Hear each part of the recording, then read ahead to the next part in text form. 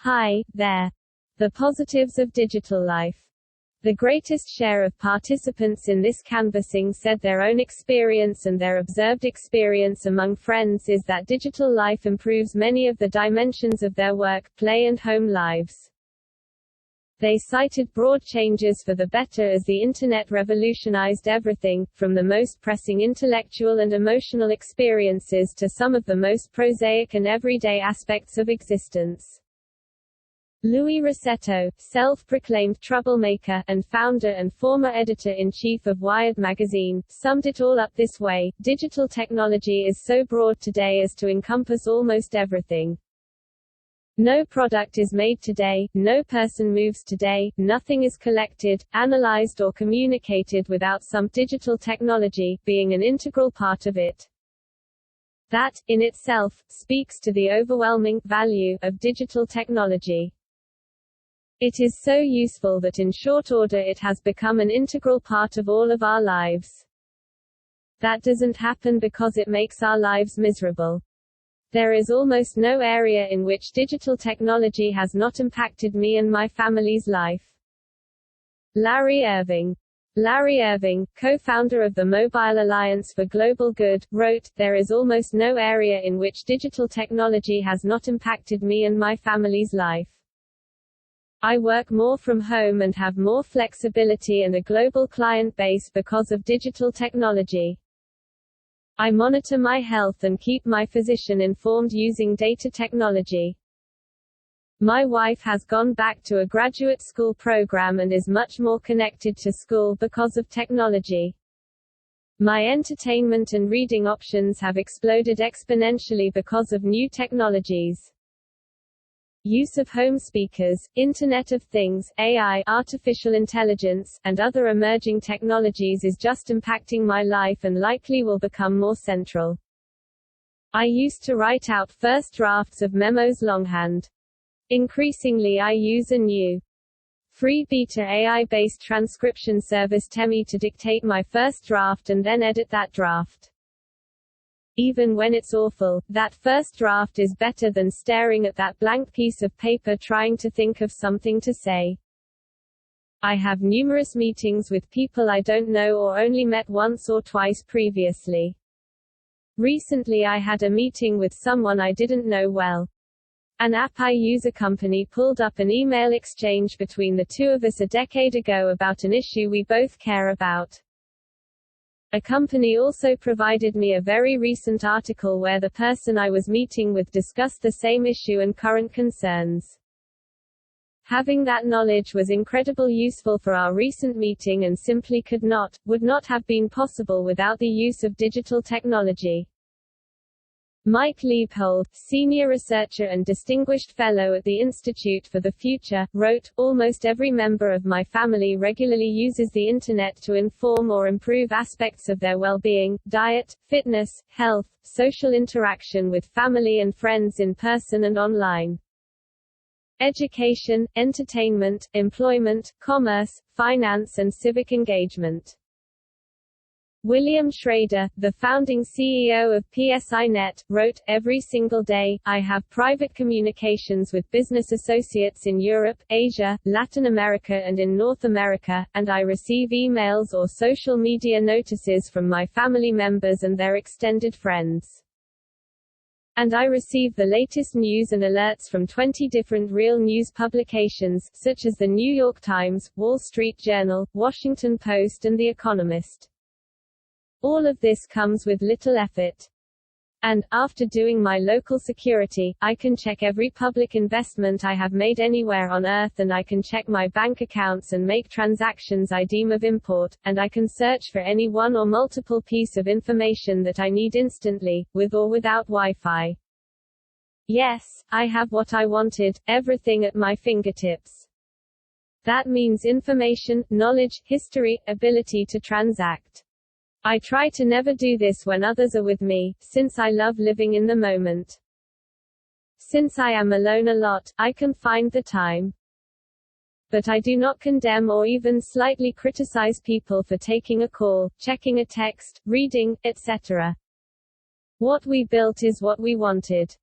It's just that few people are happier. But I am okay.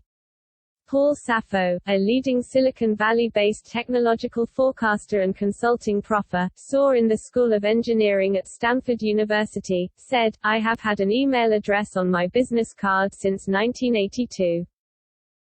And carry enough electronics on my person to get nervous in lightning storms. Digital connectivity has become like oxygen, utterly essential to my research." The net effect of these innovations has been to tie me more closely to other individuals and extend my interpersonal connections well beyond the pre-internet links of in-person interactions and telecommunications. I have friends, close friends who I have known for well over a decade and with whom I communicate nearly every day. We have never met in person. In fact, we have never spoken over the phone. At the end of the day, the two of the three highest human desires are the desire to be useful, and the desire to share stories. We have been doing both since our distant ancestors sat around a savanna campfire sharing their days and their dreams. Now, thanks to digital media, the circle around the campfire has grown to encompass, if we wish, all of humanity. Garland McCoy, president of the Technology Education Institute, said, "I can be a real, time-engaged parent, husband, partner, problem solver, counselor, comforter, etc., while traveling anywhere in the world.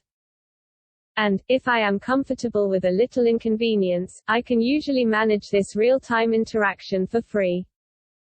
Something that was never possible before. No more, death of a salesman." Kyle Rose, principal architect at Akamai Technologies and active Internet Engineering Task Force (IETF) participant, wrote, "There are simply too many things to list here. I'll just hit on 3. I can more easily keep in regular contact with friends in distant places. Those with whom I would have lost most contact, because, really, there's no way I'm going to write letters or spend hours on the phone, I can now maintain a relationship with, sometimes of a fairly deep and interactive nature, via social media. This enables us to pick right up when we do finally see each other in person. Technology eases the difficulties of day-to-day life. Because of the Internet, I have access to virtually all of recorded music at all times. I can get up-to-date maps and traffic data to avoid incidents. I can order food, groceries or a taxi, obtain up-to-date information about my flight status, and navigate foreign cities via public transit all from my phone with a few taps of my finger. Finally and relatedly, how the hell did I ever learn anything before the Internet? The card catalog. Virtually all of human knowledge is at my fingertips at all times. It is rare that I ask a question of fact that someone hasn't yet answered, and now many of those answers are available to anyone with access to a search engine. The impact of all of these is profoundly positive. And this is only a taste of what the Internet, and technological advances in general, promise. Fred Davis, a futurist consultant based in North America, wrote, "Messaging apps allow me to connect with people who have given me support, provided a chance to talk about life's challenges, seek advice and many other things. Access to people is simplified. Chat apps, unlike Facebook, provide a one-on-one connection with another person, which can be more personal, human and healing than posting on social networks. I have been using a Fitbit for a number of years. I have had a heart attack and triple bypass and am pre-diabetic. Getting regular exercise is important, and my Fitbit helps me set and attain fitness goals much more easily than before. The ability to monitor and track my sleep helps me take actions to get better sleep, which definitely increases well-being. By connecting to my Fitbit scale I can also track my weight and tie it to my exercise goals. My Fitbit can connect to a Dexcom blood sugar testing device that can test blood sugar every 5 minutes, which is extremely helpful in managing my pre-diabetes." These one-liners from anonymous respondents hit on a number of different positive themes. I can get answers to questions about almost anything just by asking my telephone. I can save money on everything, including clothing and shoes, airfares, hotels, and eat at better restaurants and drink better wine. Navigation via car has dramatically improved, with accurate up-to-date traffic informer, TN and destination wayfinding. Digital life is being able to speak and see someone, regardless of where you are, on a phone you carry on your person.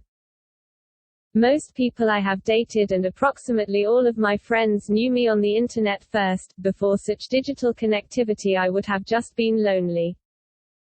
Sharing photos of new generations instantly with loved ones on the other side of the world and using video and chat to send, receive money, to joke, to tease, to mourn. My son has grown up in a world in which he will never be lost, he will never be without a person to talk to, he will never be stopped from searching for an answer to a query. I work remotely for a company halfway around the world, and so does my partner. No need to be at a main office. The diffusion of webinars allows me to participate in many events organized in different countries without having to travel to them. Digital technology allows me to have better knowledge that empowers me to better support my own health when I face challenges. My job didn't exist 15 years ago. I am a digital content manager. It means that we can participate in important moments that time and distance barred us from in the past. I feel more supported in good times and bad and laugh more than before I was connected online. Here is a roundup of the many ways these experts describe the benefits they get and the benefits they observe. Thank you! Exclamation mark.